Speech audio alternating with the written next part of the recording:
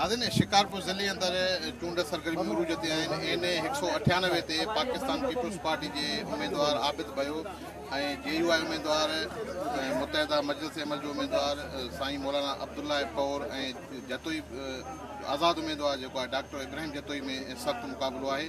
चूंड माम जे हवाले सां खानपुर तालुके समेत सॼे ज़िले में जेको आहे उहे सरगर्मी मुरूज ते आहियूं। हिन वक़्तु पार्को स्टाफ वटि मौजूदु आहियूं जिते JUI जी कैंप लॻाई वई आहे, इलेक्शन कैंप लॻाई वई आहे हैदर ख़ान पौर ऐं इस्माइल पौर पारां, जिते शिकारपुर ज़िले जे मुख़्तलिफ़ इलाइक़नि खां केतिरनि ई बिरादरनि जे चङनि मुड़ुसनि शिरकत कई आहे। अचो त उन कैंडिडेट NA 198 सां गॾु ऐं उन्हनि वोटरनि खां पुछूं त हीअ जेकी इलेक्शन थिए पई इहा कीअं पिया ॾिसो ऐं हिन ज़िले अंदरि जेके आहिनि उहे केतिरियूं पोलिंग हसास कार ॾिनियूं वियूं आहिनि ऐं हीअ वोट जो जेको टर्न आउट आहे उहो कीअं रहंदो।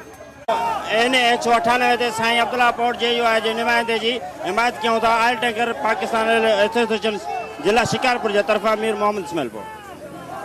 असां हिन वक़्तु जेकी बि पौर बिरादरी आहे पूरी बिरादरी समेत ऐं बक़ाया जेके असांजे पाड़ेसरी आहिनि कहिड़ी बि क़ौम आहे सॼी जमायत जे तरफ़ां असां जमायत में ऐलान कयूं था ऐं साईं अब्दुल्ला सां भरपूर साथ ॾींदासीं। इंशाअल्लाह इलेक्शन खटींदासीं।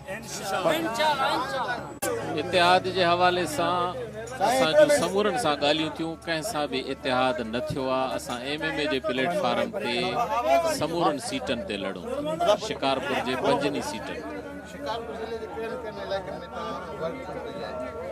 वर्क जो बाक़ाइदा आगाज़ असांजो 2 तारीख़ खां शुरू आहे।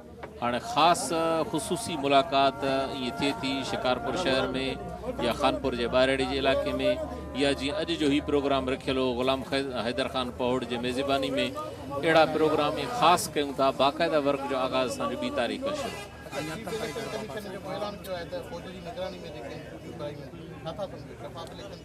असांजी उमेद त आहे त अल्लाह साईं भलाई कंदो, फ़ौज पंहिंजे सही पॉलिसी ते सही पाकिस्तान जे तहफ़ुज़ जे लाइ, पाकिस्तान जे मफ़ाद जे लाइ सही क़दम खणंदी ऐं उमेद आहे त साफ़ शिफ़ाफ़ इलेक्शन थी वेंदी। शिकारपुर ज़िले अंदरि जेके हसास पोलिंगियूं आहिनि जिते क़बाइली जहिड़ा हलनि पिया, छा था सम्झो हुते टर्न आउट कीअं रहंदो? दारोमदार सॼो हुकूमत ते आहे, फ़ौज ते आहे। जे उन्हनि सही नमूने सां को एक्शन खयो त इलेक्शन त हर जाइ ते बहितर थींदी। जिते हसास पोलिंगियूं आहिनि जिते क़बाइली जहिड़ा हलनि था, क़बाइली जहिड़ा तेहाणी बेजाणे कंदा हले थो, उतां जा माण्हू कीअं पोलिंग स्टेशन ते? उहा हुकूमत जी जवाबदारी आहे। असां उन्हनि खे इतला कयो आहे, मीडिया जे ज़रिए बि इतला कयो आहे, क़ानूनी तरीक़े सां बि इतला कयो आहे त उते उनखे सिक्योरिटी ॾिनी वञे। हाणे अगरि सिक्योरिटी में नाकामी उन्हनि कई त ज़िम्मेदारी उन्हनि जी आहे। शिकारपुर ज़िले में JUI केतिरियूं सीटूं खणंदी? 25 जवला ते असां त फार्म भरियो आहे 5 सीटनि ते। असां त चाहींदासीं असांखे कामयाबी 5 सीटनि ते मिले। असांजी NA 198 ते माज़ी 70 खां वठी असांजे जेका बि जमात आहे सियासत लड़ी आहे हिन असांजे इलाइक़े में, असांजो वोट बैंक बि इन ते सुठो आहे, असांजो मुक़ाबिलो बि इन ते। शिकारपुर ज़िले जूं कहिड़ियूं बिरादरियूं तव्हां सां गॾु आहिनि?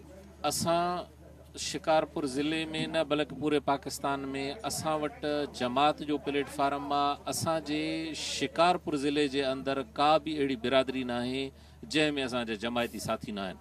तक़रीबन हर क़ौम में हर इलाइक़े में असांजो जमायती आहिनि साथी, ज़िम्मेदार, उहिदेदार, कारकुन आहिनि। ईअं सम्झो त सभु पार्टियूं असां सां गॾु आहिनि। शिकारपुर जे PA 7 ते JUI उम्मीदवार मौलाना राशिद हथ खयो आहे सीट तां, कहिड़े सबब जे करे? राशिद साहब जो जमात जेको फ़ैसिलो कयो आहे उहो हिकिड़ी जाइ ते लड़ण जो, छो त मुख़्तलिफ़ इलाइक़नि में कश्मीर में, भोटकी में, सखर में, शिकारपुर में, लाड़काणे में हर जाइ ते लड़णु नामुमकिन हो। जमात फ़ैसिलो कयो आहे त लाड़काणे में सिर्फ़ु हिकिड़ी सीट ते महिनत करे। इन जे करे असांजो हिते उम्मीदवार PA 7 ते वलीउल्ला शाह हुयो, राशिद साहब खे इन करे हथु खणायो। जेको मुक़ाबिलो थी रहियो आहे इहो इंशाअल्लाह हिकिड़ो ज़बरदस्त मुक़ाबिलो आहे। JUI भी तमामु पंहिंजो जेको आहे सो भरपूर तवानी सर्व करे थी। इंशाअल्लाह उम्मीद आहे त हिन NA 198 ते हज़रत साईं अब्दुल्ला पौड़ साहब जन कामयाबी माणींदा। ऐं जेके तव्हां पोलिंगनि जी ॻाल्हि कई, बिल्कुलु हसास पोलिंगूं आहिनि। उते जेको आहे सो असां गवर्नमेंट खां मुतालबो कयूं था त उन्हनि पोलिंगनि ते ख़ुसूसन जेको आहे रेंजर्स मुक़ररु कई वञे, अंदरि बूथनि में बि जेको आहे सो रेंजर्स मुक़ररु कई वञे, तां जेको आहे सो इलेक्शन शफ़ाफ़ ऐं जेको आहे सो उन जा नतीजा सुठा अची सघनि। JUI जो केतिरो वोट बैंक आहे? JUI जो अल्हम्दुलिल्लाह तमामु सुठो वोट बैंक आहे। तक़रीबन 53,000 खां मथे जेको आहे वोट बैंक आहे। उन खां अलावा हिन दफ़े अल्हम्दुलिल्लाह तमामु पहोड़ बिरादरी उन्हनि बि हज़रत साईं अब्दुल्ला साहिब सां साथ ॾियण जो यकीन ॾियारियो आहे ऐं उन खां अलावा जेके ॿियूं असां वटि क़ौमूं रहनि थियूं उन्हनि जो बि भरपूर असां सां ताउन आहे। इनशाला हिन दफ़े खटे ॾेखारींदासीं। असां त जेको हिन इलाइक़े में पंहिंजे में ॾिसूं पिया इंशाअल्लाह काफ़ी जेको आहे त माण्हू सुजाग थी चुका आहिनि ऐं अॻे वारी साबिक़ा जेके बदमाशियूं हलियूं आहिनि इलेक्शन में उमेदु आहे इंशाअल्लाह हिन दफ़े सां JUI कामयाबु थींदी ऐं उहा इन सूरत में थी सघे थी जॾहिं हिसाब पोलिंग असांजो कचे में कुझु पोलिंगूं आहिनि उन्हनि खे जेकॾहिं माण्हुनि या जेको आहे त उमेदवारनि सख़्ती सां उन्हनि जे मथां निगरानी कई इंशाअल्लाह उमेदु आहे त असांजी JUI खटे सघे थी। इंशाअल्लाह मुतहद आहे ऐं इंशाअल्लाह ॿियनि पार्टियुनि खां असांजो जमीयत उलमा इस्लाम जो मौलाना अब्दुल्ला पौड़ NA 98 ते इंशाअल्लाह खटींदो। अॻे खां बहितर आहे साईं अब्दुल्ला इंशाअल्लाह ताला असांखे उमेदु आहे त तव्हां पाण हे अवाम ॾिसो था ऐं अवाम जो जज़्बो ऐं जोश इंशाअल्लाह NA 198 ते साईं अब्दुल्ला पहोड़ इंशाअल्लाह खटींदो। नाज़िन शिकारपुर ज़िले अंदरि चूंड सरगर्मी त उरूज ते आहिनि। शिकारपुर जे NA 198 ते PP जो उमेदवार आबिद भयो ऐं JUI उमेदवार मौलाना अब्दुल्ला पौर जतोई ग्रुप जो आज़ादु उमेदवार डॉक्टर इब्राहिम जतोई में सख़्तु मुक़ाबिलो आहे।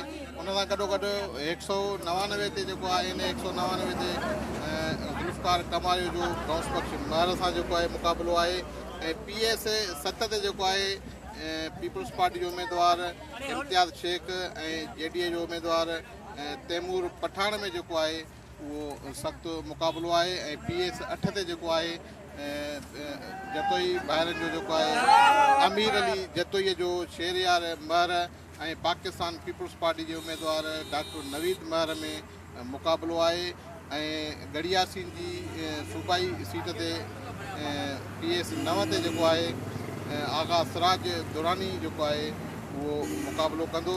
ऐं नाज़रीन खे हिते खानपुर तालके जे ॻोठ पार्को बस स्टॉप वटि JUI जी जेकी कैंप लॻाई वई आहे मौलाना अब्दुल्ला पहोर जे मान में इस्माइल पहोर ऐं हैदर ख़ान पहोर पारां जिते मुख़्तलिफ़ बिरादरियुनि जे अॻुवाननि जेको आहे बिरादरी जे चङनि मुड़ुसनि ऐं पहोर बिरादरी वॾे अंग में शिरकत कई आहे। शरीक न कानर गॾिजाणी ऐं कैंप में हुन मौजूदु माण्हुनि जूं तव्हां ॻाल्हियूं ॿुधियूं जिन जो चवणु हुयो त 25 जुलाई ते थींदड़ इलेक्शन में जेको आहे NA 198 ते मौलाना अब्दुल्ला पहोर जेको JUI मुतहदा मजलिस अमल जो उमेदवार आहे उहो वॾी अक्सरियत सां कामयाबी माणींदो ऐं ख़ुदि जेको आहे NA 198 जे उमेदवार साईं मौलाना अब्दुल्ला पहोर जूं ॻाल्हियूं ॿुधियूं जिन जो चवणु हुयो त असांजो शिकारपुर ज़िले में कंहिं बि उमेदवार सां इताद न थी चुको आहे ऐं असां वॾी अक्सरियत सां कामयाबी माणींदासीं। हिन इहो बि ॿुधायो त चीफ इलेक्शन कमीशन पारां जेको फ़ौज जी निगरानी में इलेक्शन कराई पई वञे असां उमेद रखूं था त फ़ौज जी निगरानी में जेको आहे इलेक्शन शफ़ाफ़ थींदी। कैमरामैन अली मुर्तज़ा नकवी सां गॾु रहीम लाड़े को सिदरी न्यूज़ खान।